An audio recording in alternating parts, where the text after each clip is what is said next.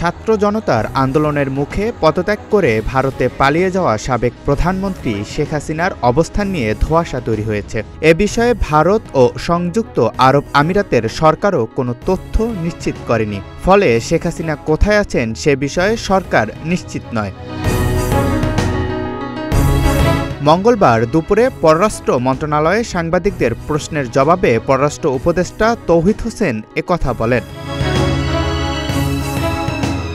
বিভিন্ন সামাজিক মাধ্যমে আসছে সাবেক প্রধানমন্ত্রী ভারত থেকে সংযুক্ত আরব আমিরাত চলে গেছেন। সে ব্যাপারে পররাষ্ট্র মন্ত্রণালয় ওয়াকিবহাল কিনা এমন প্রশ্নের জবাবে তিনি বলেন, শেখ হাসিনার অবস্থান সম্পর্কে আমরা নিশ্চিত হতে পারিনি। আমরা দিল্লিতেও খোঁজ করেছি, আমিরাতেও খোঁজ করেছি।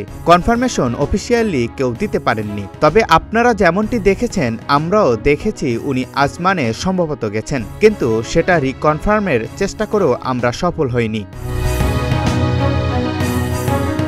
ভারতে পালিয়ে যাওয়া আওয়ামী লীগের মন্ত্রী, এমপি এবং নেতাদের বিষয়ে তিনি বলেন, ভারতে পলাতকরা দেশে ফিরতে চাইলে ট্রাভেল পাস ইস্যু করা যেতে পারে। যদি আদালত ফিরিয়ে আনতে বলে তখন সেই উদ্যোগ নেওয়া হবে। জাকারিয়া রবিউল, প্রতিদিনের বাংলাদেশ।